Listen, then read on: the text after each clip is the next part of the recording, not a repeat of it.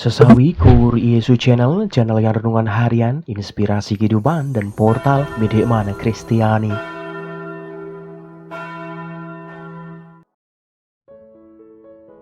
Damai sejahtera beserta kita.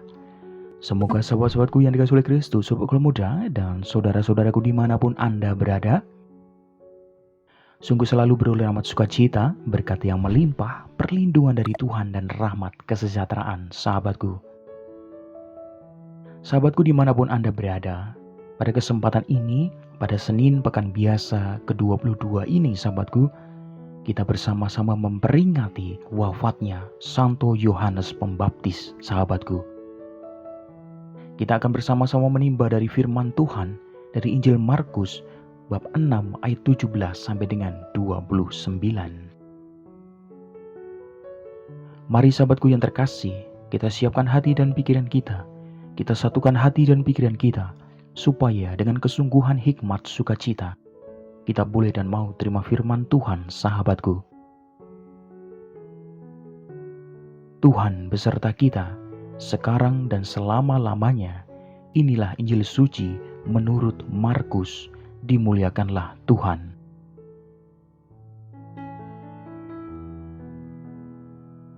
Sekali peristiwa, Herodes menyuruh orang menangkap Yohanes dan membelenggunya di penjara berhubung dengan peristiwa Herodias, istri Filipus saudaranya, karena Herodes telah mengambilnya sebagai istri.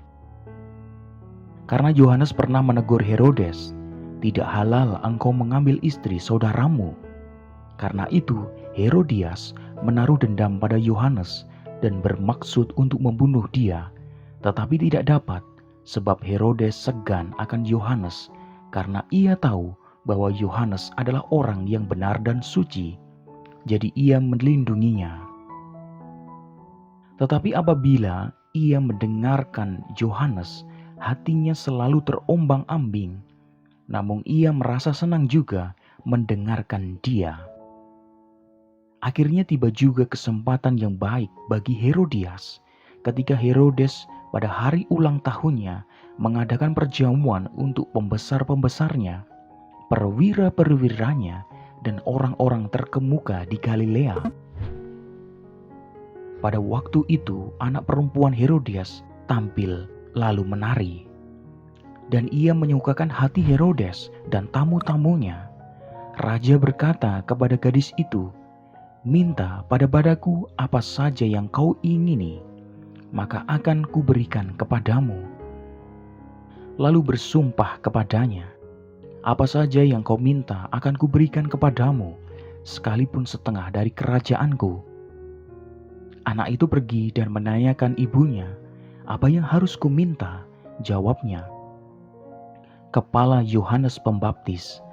Maka cepat-cepat ia pergi kepada raja dan meminta, "Aku mau, supaya sekarang juga engkau berikan kepadaku kepala Yohanes Pembaptis di sebuah talam." Lalu sangat sedihlah hati raja, tetapi karena sumpahnya dan karena tamu-tamunya, ia tidak mau menolaknya. Raja segera menyuruh seorang pengawal dengan perintah supaya mengambil kepala Yohanes. Orang itu pergi dan memenggal kepala Yohanes di penjara. Ia membawa kepala itu di sebuah talam dan memberikannya kepada gadis itu, dan gadis itu memberikannya pula kepada ibunya. Demikianlah sabda Tuhan. Terpujilah Kristus. Sahabatku dimanapun Anda berada, pada kesempatan ini kita semua memperingati wafatnya Yohanes Pembaptis sahabatku. Ia adalah seorang utusan Allah yang menyiapkan jalan bagi Sang Juru Selamat sahabatku, Yesus Kristus.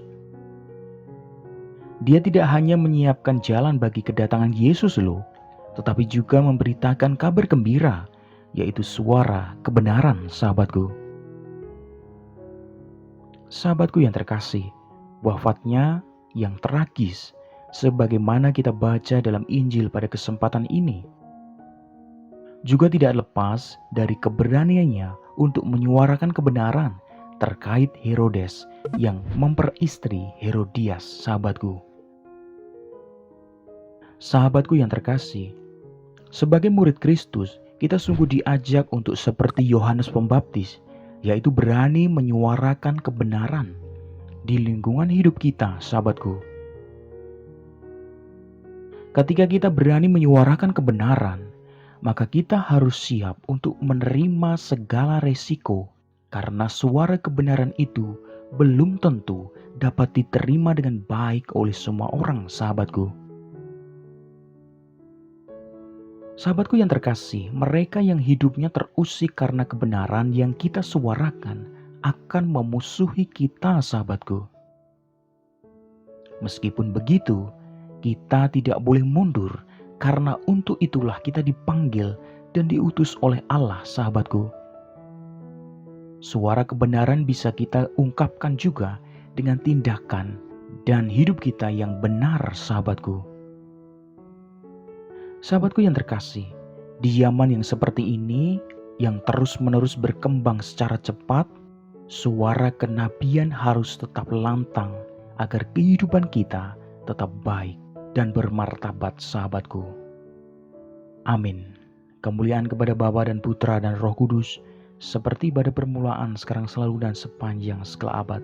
Terpujilah nama Yesus, Maria, dan Santo Yosef, untuk sekarang dan selama-lamanya. Amin.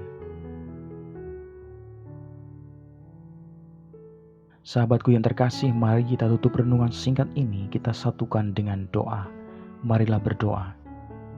Allah Bapa yang Maha Setia, semoga kami semakin mau dan berani untuk menyuarakan kebenaran, meskipun harus menanggung berbagai macam risiko dan banyak rintangan. Pakailah hidup kami ya Tuhan menjadi sarana firman-Mu yang hidup, dan hidup kami semakin menjadi berkat bagi banyak orang. Biarlah yang terjadi dalam hidup kami ya Tuhan, terjadi seturut kehendak-Mu. Amin.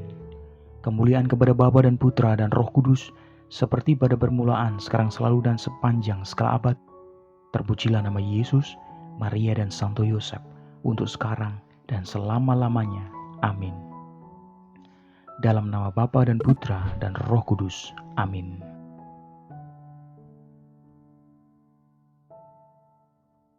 Sahabatku yang terkasih, dimanapun Anda berada, terima kasih banyak sahabatku. Kita sudah bersama-sama mendengarkan firman Tuhan, belajar bersama, dan kita berefleksi, sahabatku, pada kesempatan ini. Mari kita semakin berani menyuarakan kebenaran, meskipun harus banyak menanggung risiko dan banyak rintangan.